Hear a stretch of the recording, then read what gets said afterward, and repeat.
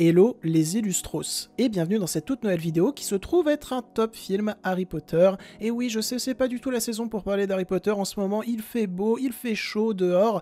Écoutez, dans cette vidéo, vous allez rentrer dans une capsule temporelle. Vous allez vous imaginer en automne ou en hiver, la période habituelle pour regarder les films Harry Potter. On fait ça? Allez, on fait ça, c'est parti.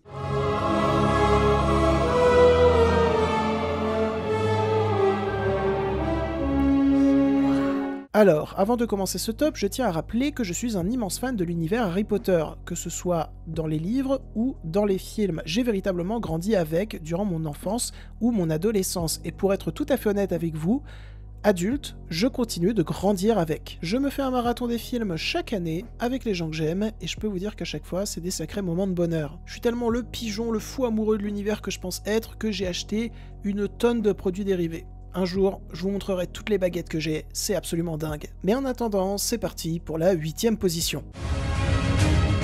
It's your turn now. Discipline your mind. We're in this together.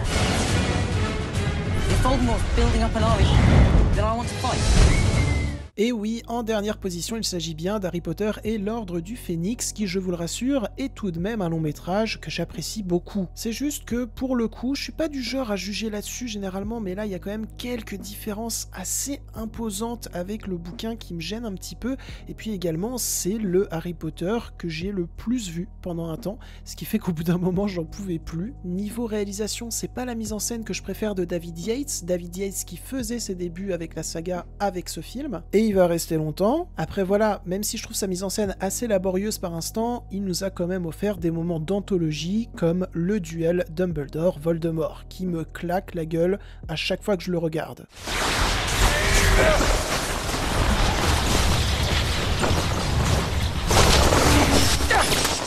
Je sais que c'est pas la partie du duel préférée de tout le monde, mais j'aime tellement le plan d'intro de ce duel. Mama, qu'est-ce qu'il est bon. Pour continuer sur les points positifs, pour prouver que j'aime quand même beaucoup ce film, avant de passer au suivant, je dois dire que la musique est encore une fois très bonne, même si John Williams n'avait pas rempilé pour celui-ci. De toute manière, il n'avait pas rempilé pour le 4 non plus. Ah,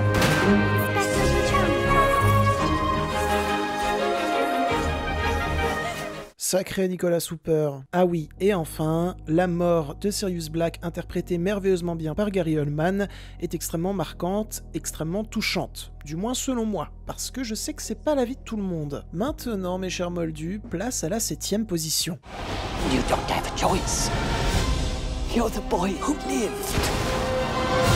This year, You're in danger, Harry. his greatest test Surviving the tournament isn't the answer anymore. What are you saying? will become the darkest hour. Who are you? What do you want?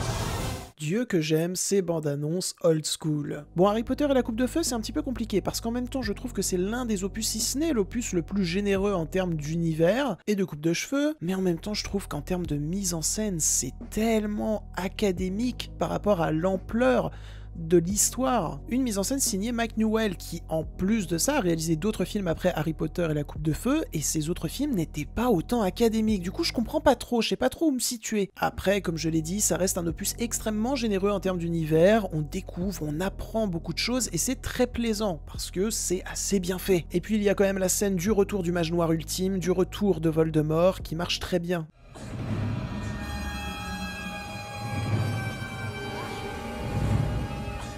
Il y a une noirceur travaillée assez certaine, assez angoissante. Et puis pour continuer sur les points positifs, parce que c'est un film que j'aime quand même, faut pas déconner, il y a ce sublime morceau concernant le décès tragique de Cédric Diggory, qui est une véritable tragédie des sanglots.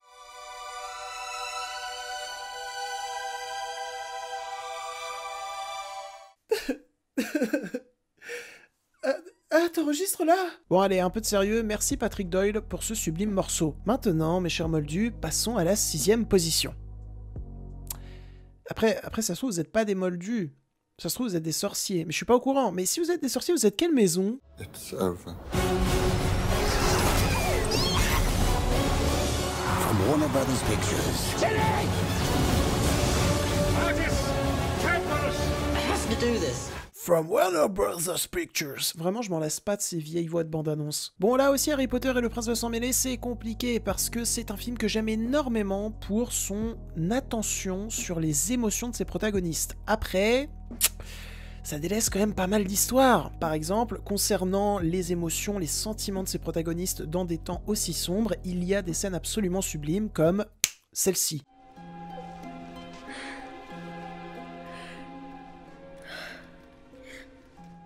Littéralement tout marche dans ce genre de scène, que ce soit la mise en scène, la photographie, la musique absolument sublime et les émotions délivrées par le jeu d'acteur, jeu d'actrice, tout fonctionne. Et je sais que j'avais dit que je critiquais pas trop là-dessus, mais il y a plein d'autres scènes que j'aurais aimé voir fonctionner à l'écran.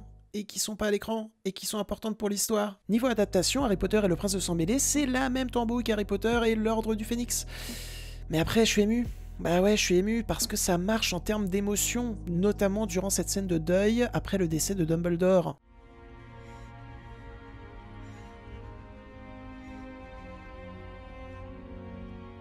Et ça mine de rien parce que le personnage de Dumbledore a été extrêmement bien construit avant. Et que là, bah, il trouve une très belle fin cinématographique, au-delà de la très belle fin qu'il a dans le bouquin. Et encore une fois, parce que la mise en scène de David Yates est très bonne, meilleure que dans le 5e opus, et parce que la photographie de Bruno Delbonnel est absolument sublime. Il est français, cocorico. Donc voilà, je suis très partagé sur Harry Potter et le Prince de Sang Mêlé. Vraiment, vous m'avez un peu massacré le développement de Rogue, mais c'est pas grave, parce que c'est quand même un film que j'aime beaucoup. Parce que tous les films Harry Potter, je les aime beaucoup. Voilà, soyons honnêtes 2 secondes. Maintenant, mes chers moldus, mes chers sorciers, je sais plus à la fin. On va passer à la 5e position ? Ouais, on va passer à la 5e position.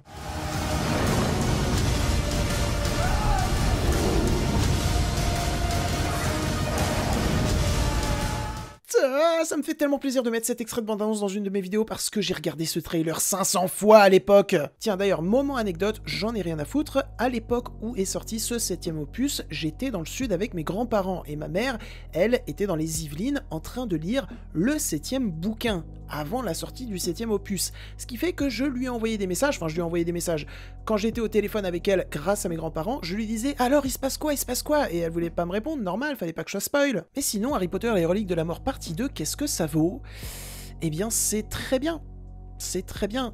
Enfin, niveau scénario, c'est pas le meilleur opus. Par contre, niveau grand spectacle, Dieu que les films comme Harry Potter et les reliques de la mort partie 2 me manquent. Parce que waouh, c'est du blockbuster bien fait. Vous y croyez, vous ? Eh bien moi, avec Harry Potter 7 partie 2, j'y crois. Parce que c'est un blockbuster, c'est un film à gros budget qui respecte ses spectateurs en lui offrant des scènes de tension fortes, impactantes, en lui offrant de beaux effets spéciaux. Et waouh, qu'est-ce que je fous, il est 1h49 du matin, demain je dois aller voter pour les européennes et lundi j'ai un examen.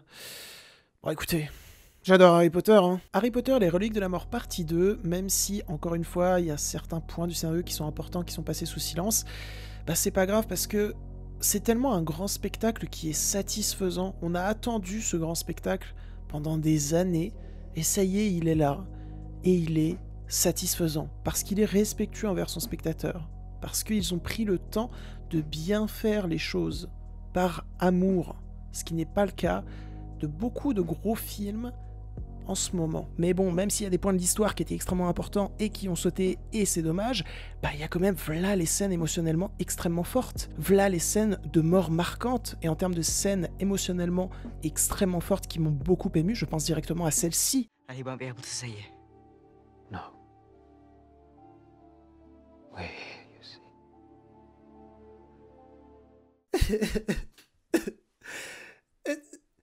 Tu vas enregistrer à chaque fois que je pleure ou quoi ? Donc voilà, Harry Potter et les reliques de la mort partie 2, c'est un film qui est imparfait en termes de scénario, mais qui arrive à allier des scènes à grand spectacle absolument folles où tu sens que toi, spectateur, t'es respecté, et des scènes extrêmement émouvantes. Voilà, ça arrive à ça tout de même.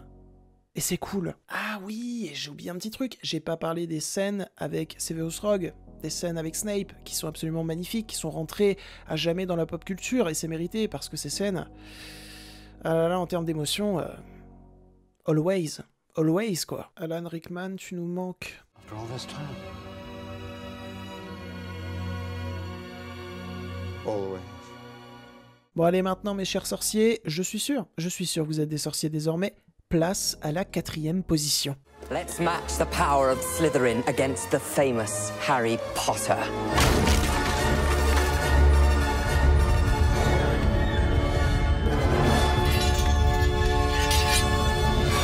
Bon allez, on quitte un petit peu l'univers David Yates pour passer à l'univers Chris Columbus. Et oui, parce que Chris Columbus a réalisé Harry Potter à la Chambre des Secrets et Harry Potter à l'École des Sorciers. Chris Columbus, qui au-delà d'avoir réalisé les 2 premiers opus du Sorcier à lunettes, a réalisé un autre film pas trop connu. Voilà. Est-ce que vous connaissez ce film ? Je sais pas. Vous devez une partie de votre enfance à ce type. Et n'hésitez pas à voir mon épisode du passage dessus, car cet épisode a bidé. Je suis triste.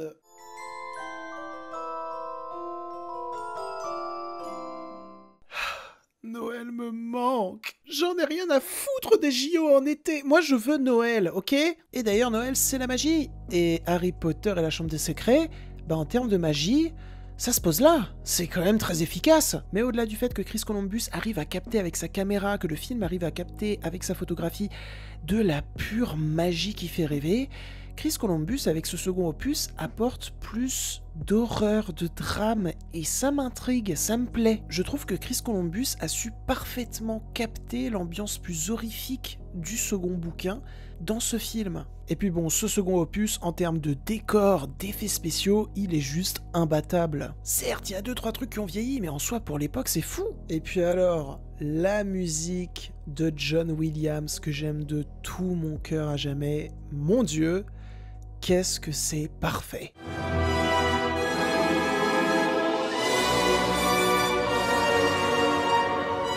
John, on t'aime tous. John, tu nous as fait rêver étant enfant et tu nous fais rêver encore maintenant étant adulte. Merci. Oh allez, j'ai envie de m'en repasser une autre.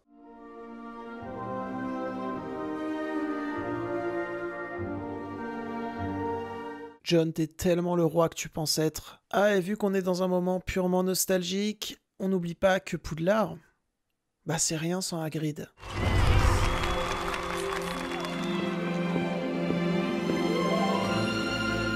Sorry I'm late. Mais qu'est-ce que tu racontes, Hagrid ? T'as jamais été en retard ?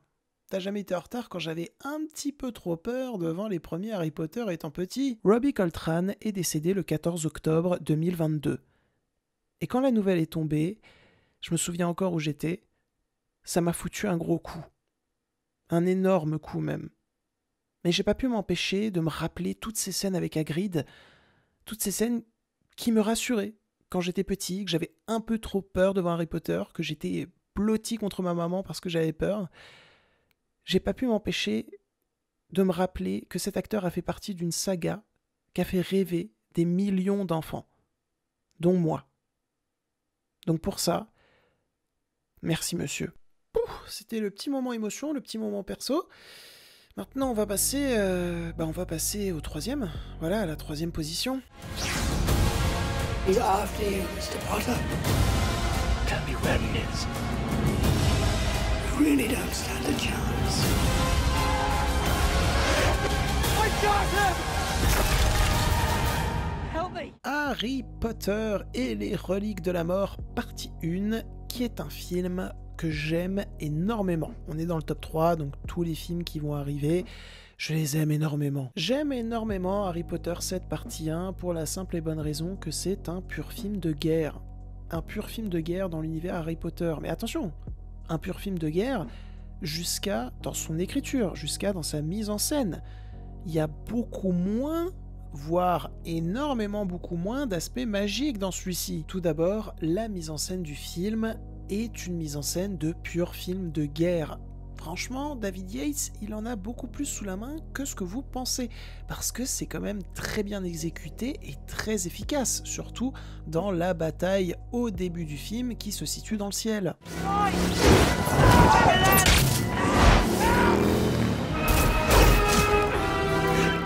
Je suis peut-être le seul con à voir ça, mais j'ai l'impression de voir une bataille aérienne d'avion. Et puis même dans le fond, ça y est, ça enclenche le côté extrêmement grave, extrêmement dépressif qu'il fallait.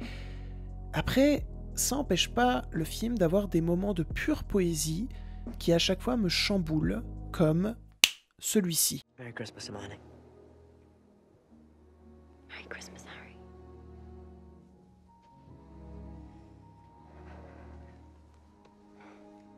Cette scène, c'est comme un arrêt dans le temps, une pause dans l'horreur permanente. Et Dieu que c'est émouvant.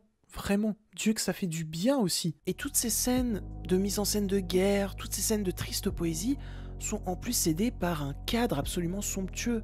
à la photographie, je me demande si c'est pas la meilleure photographie de toute la saga, sans rigoler. Bon, et puis il y a également les sublimes partitions d'Alexandre Desplat. Je pense honnêtement qu'Alexandre Desplat n'a jamais fait d'aussi bonne composition que celle d'Harry Potter 7 partie 1 et Harry Potter 7 partie 2.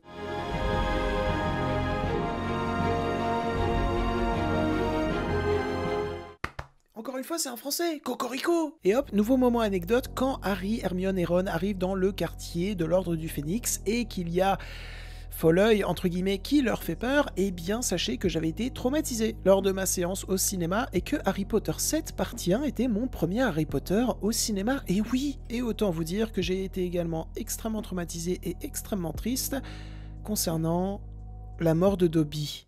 I want to bury him. Properly. Without magic. Je viens d'avoir une pub du burger de la maman de Mr. V avant d'obtenir la vidéo que je viens de vous montrer. Je peux vous dire que ça a radicalement changé d'ambiance. Non, plus sérieusement, nouveau moment anecdote. Et oui, il se trouve que dans ma vie, je n'ai acheté que un CD de musique d'Harry Potter. Ouais, je sais, c'est une honte, mais quand j'étais petit, avec mon argent de poche, j'ai acheté le CD d'Harry Potter 7 partie 1 et je n'arrêtais pas d'écouter la musique de la mort de Dobby parce que cette scène m'avait tellement marqué, avait tellement marqué mon petit cœur. Sauf qu'au bout d'un moment, en l'écoutant, j'arrêtais pas de pleurer chaque soir. Et mes parents en avaient marre. Et c'est normal. Du coup, ils sont venus me voir en me disant « Il faut que t'arrêtes d'écouter cette musique. » Bon, après, ils m'ont surtout énormément réconforté et rassuré. Voilà. Je vous aime mes parents. Enfin, pour finir sur pourquoi Harry Potter et les reliques de la mort partie 1 c'est absolument génial, et bien tout simplement pour cette sublimissime séquence d'animation qui marquait un véritable renouveau dans le style visuel de la saga. C'était extrêmement bienvenu, en plus d'être possiblement, très possiblement, inspiré d'un travail d'un réalisateur que j'aime beaucoup, à savoir Guillermo del Toro. Donc voilà, vous l'avez compris, Harry Potter et les reliques de la mort partie 1, c'est un film que j'aime énormément pour beaucoup de raisons. Et maintenant... on passe à la deuxième position. Allez, on passe à la deuxième position, let's go! I'm going to bed before either of you come up with another clever idea to get us killed. Or worse, expelled. She needs to sort out her priorities. Et oui, mes moldus, mes sorciers. En deuxième position, il s'agit de Harry Potter à l'école des sorciers. Harry Potter and the Philosopher's Stone en VO. Mais d'ailleurs, pourquoi j'ai dit mes moldus? Vous êtes des sorciers? Hein? Vous m'avez pas menti? Tout simplement parce que l'adaptation est parfaite. Voilà, à un détail de potion près. Vous avez la ref ou pas? Non mais surtout parce que ce film, c'est la magie à l'état pur. Je me souviens encore de mon premier visionnage où j'étais tellement émerveillé. Chris Columbus, à la mise en scène, et puis la photographie du film, a su capter ce qu'était l'émerveillement. Mais Harry Potter 1, c'est vraiment l'émerveillement à l'état pur. C'est le film qui te fait rêver par excellence. C'est le film bonbon par excellence. C'est un film dans lequel on se sent bien, mais en plus, il est bien mis en scène, il est bien photographié, il est bien écrit, donc quoi demander de mieux? Donc voilà, j'ai pas grand chose à vous dire sur Harry Potter à l'école des sorciers, à part que j'ai pas envie de dire que je trouve ce film parfait, parce que il ne l'est pas, il y a des côtés peut-être un petit peu trop niais par moments, mais il me fait tellement rêver. Il m'a fait tellement rêver, et il me fait tellement rêver encore maintenant. J'adore ce film, je le trouve vraiment fabuleux, je pense même que c'est le meilleur film de Chris Columbus. Vraiment, j'ai que énormément d'amour pour ce long métrage, énormément. Et puis évidemment, vous l'attendiez je pense, il y a la fabuleuse, l'immensissime musique du maître, voilà, de John Williams.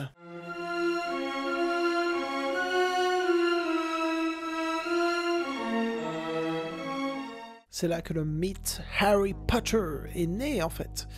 Et je sais pas pourquoi j'ai pris cet accent. Bref, Harry Potter à l'école des sorciers, c'est un film qui me fera toujours et éternellement rêver. Maintenant, passons à la première position. Vous vous doutez lequel opus c'est. Mais allez, passons à la première position. You betrayed my parents. You're the reason they're dead. Everything you expected He was that friend. He was that friend! will be transformed. Et oui, mes sorciers, il s'agit en première position de Harry Potter et le prisonnier d'Azkaban.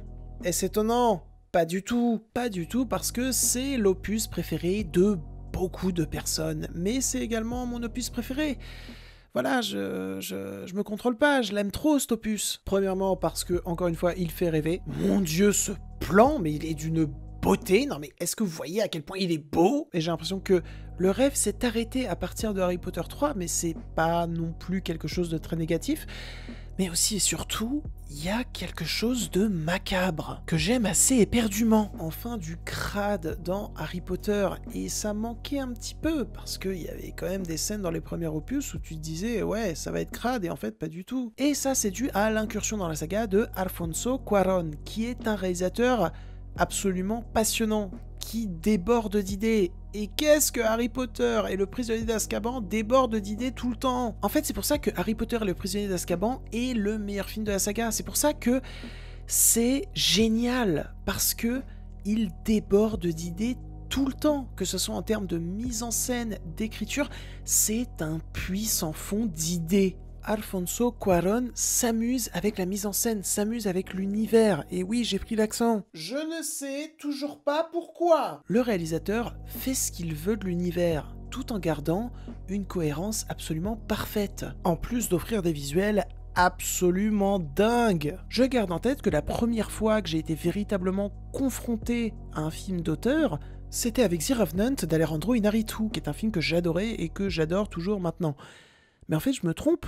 La première fois que j'ai été confronté à un véritable film d'auteur, c'était avec Harry Potter et le prisonnier d'Azkaban d'Alfonso Cuarón. C'est ça qui est turbo cool avec Harry Potter 3.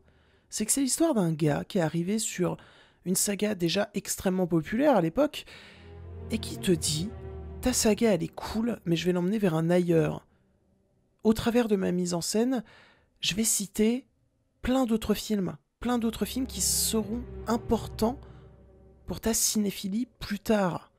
C'est ça, Harry Potter 3. C'est un film qui t'ouvre à la cinéphilie grâce à son auteur, grâce à ses inspirations digérées mais intelligentes. Harry Potter 3, c'est le meilleur opus de la saga, cinématographiquement parlant. Mais c'est également une très bonne adaptation du bouquin. Du moins, je trouve. Harry Potter 3, c'est le rêve de tout cinéphile. Je souhaite à tous les petits gars, comme j'étais à l'époque, de voir Harry Potter 3 le plus jeune possible, pour s'ouvrir au cinéma. Car en plus d'être un film qui t'ouvre au cinéma, c'est un film merveilleux. C'est un film qui est très bon, tout simplement. Parce qu'il y en a beaucoup des films qui ouvrent au cinéma mais qui ne sont pas bons. Mais lui, il est très bon. En plus d'avoir une superbe bande originale composée une nouvelle fois par le roi John Williams. Voilà, c'était le petit moment un petit peu sérieux. Maintenant, on repasse à quelque chose de plus chill.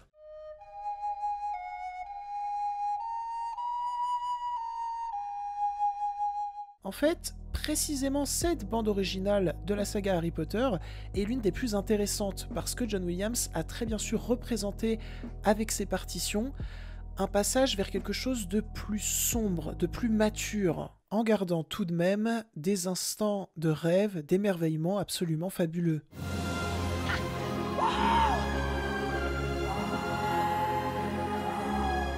Et donc voilà, Harry Potter et le prisonnier d'Azkaban est mon film préféré de la saga.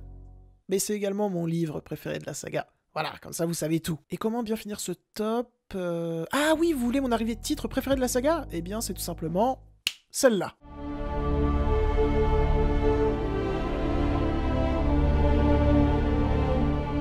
Il y a un côté extrêmement dramatique, mais avec tout de même de l'espoir qui me touche énormément. Bon, et bien maintenant que mon rôle est terminé pour cette vidéo, je tiens à accueillir une nouvelle personne, une personne qui m'est très chère, c'est ma maman, tout simplement, qui va vous parler d'Harry Potter, de son rapport à Harry Potter, en fait, dans une partie podcast, et nous espérons que cela va vous plaire. Quelques souvenirs précieux que j'ai, avec toi, j'y vais, de nos visionnages de Harry Potter ensemble.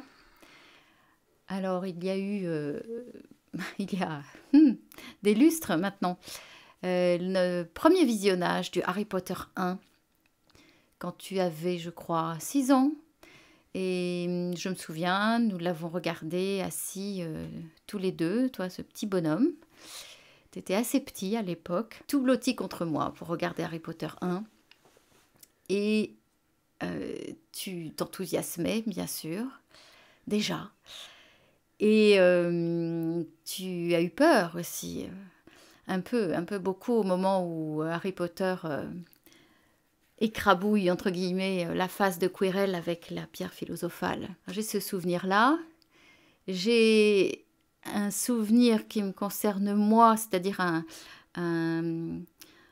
comment dirais-je, un parallèle que je ferai avec ce visionnage et un visionnage précédent que j'avais fait quand j'étais beaucoup plus jeune et où finalement j'avais été moyennement marquée par le film. Et je ne sais même pas d'ailleurs si j'étais allée jusqu'au bout. Enfin bon, ça n'a pas un grand intérêt, mais disons que ce que je veux dire, c'est qu'en le voyant avec toi, j'y ai vraiment pris plaisir et je l'ai regardé avec attention. Et d'ailleurs, ça m'a tellement plu que je me suis mise à lire les romans, enfin. Et ça a été des grands moments de plaisir de lecture pour moi. Alors un autre souvenir, eh bien, c'était dans un train. Tiens, un train. Le train qui nous emmenait vers Londres, c'était pour les 10 ans de ta sœur et donc pour tes 8 ans. Et là, j'ai le souvenir de 2 têtes blondes regardant avec avidité, sans rien comprendre à mon avis, Harry Potter 5. Parce que je ne sais pas pourquoi, vous étiez mis en tête de regarder ce Harry Potter 5, alors que il manquait quand même quelques jalons en fait. Et je ne sais pas donc ce que vous en avez saisi. Mais en tout cas, vous étiez fort concentrés dans le train qui nous menait vers Londres, par-delà la Manche, par-dessous la Manche. Donc ça, c'est un souvenir amusant. Qu'est-ce qu'il y a d'autre comme souvenir? Avant le grand souvenir, pour moi, qui est venu plus tard, le grand moment du marathon. Donc je réfléchis, et ça ne me revient pas. Mais je pense que... Non, en fait, ce marathon, c'est vraiment ce qui est le plus frais à ma mémoire et un grand moment de cinéma avec toi, JB. Donc, c'était à Saint-Quentin, à Sky West. Et, oh malheur, cela ne devait pas être en fait à Sky West, ça devait être à Paris, au Grand Rex, si je me souviens bien. Et eh bien, on s'était pris un petit peu tard pour réserver les places. Enfin, en tout cas, on ne savait pas à l'époque qu'il fallait réserver les choses très tôt. Et catastrophe des catastrophes, plus de place. Et moi, génial, bien sûr, comme toutes les mamounes. Eh bien, j'ai fait quelques recherches rapides et je me suis rendu compte qu'il y avait un autre marathon, moins prestigieux peut-être, dans un endroit moins prestigieux, mais beaucoup plus commode d'accès. Et là, ni une ni deux, eh bien, on est allé réserver les places directement, alors que les dates n'étaient pas tout de suite. Enfin, il y avait quand même quelques... Là, on avait le temps de respirer. Mais pour être sûr d'avoir les places, nous y sommes allés. Donc, tu étais quand même un peu plus grand, hein. Tu avais plus 6 ans à ce moment-là. Tu étais lycéen. Et donc, eh bien voilà, nous avons fait ce marathon. Et ça a été, oui, extraordinaire. C'était la première fois que je vivais un marathon. Et en plus de films que j'appréciais à ce moment-là, d'autant plus que j'avais lu tous les romans, plusieurs fois, en français, en anglais, et en français, en anglais, en vous impressionnant d'ailleurs beaucoup, ta sœur et toi, parce que je crois que j'avais avalé le Harry Potter 4, donc la coupe de feu, je crois, ou un des suivants. Mais je crois que c'est quand même la coupe de feu en 48 heures en Irlande. On était en Irlande à l'époque. Donc voilà, preuve s'il en est que j'ai adoré ces romans. Et le fait, en fait, d'avoir lu et beaucoup apprécié les romans, d'en avoir apprécié la richesse, tout le développement narratif, et l'extraordinaire univers bâti par J.K. Rowling m'a permis d'apprécier d'autant plus les films, sans être non plus trop critique. Disons que je sais que certaines personnes sont inconditionnelles des livres. Moi, je suis inconditionnelle des deux.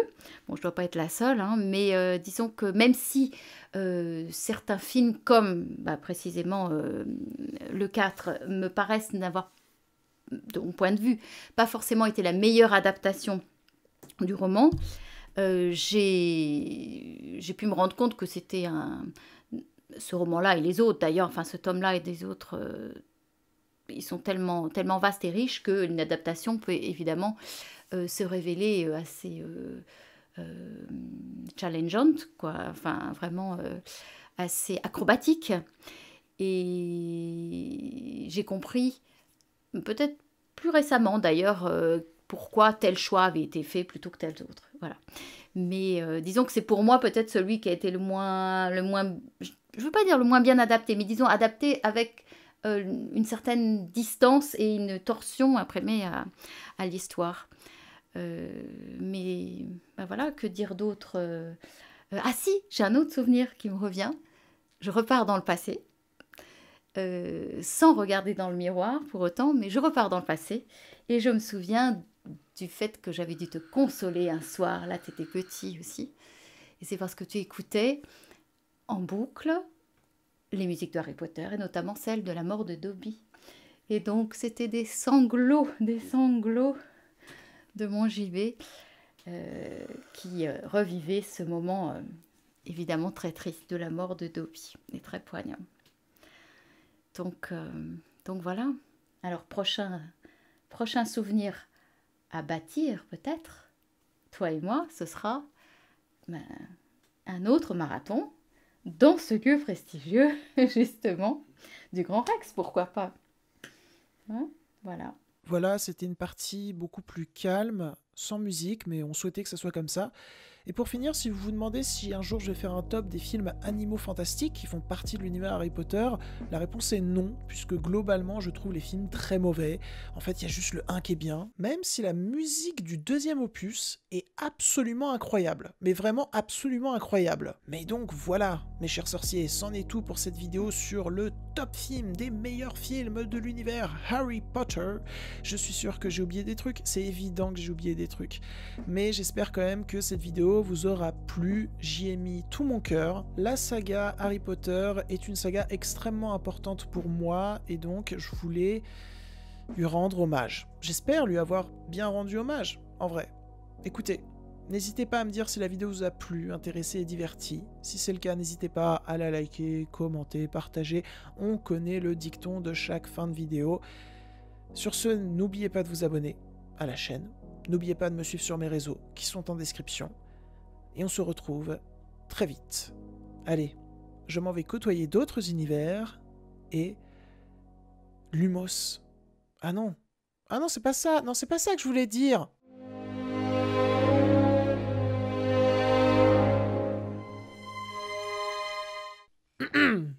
Vous m'avez pas dit quelle maison vous étiez. Bon, allez, je vais vous aider. Moi, je suis Poufsouffle. Et vous? Hein? Vous êtes quoi? Dites-moi, s'il vous plaît. Vous êtes Poufsouffle? Je suis pas tout seul. S'il vous plaît!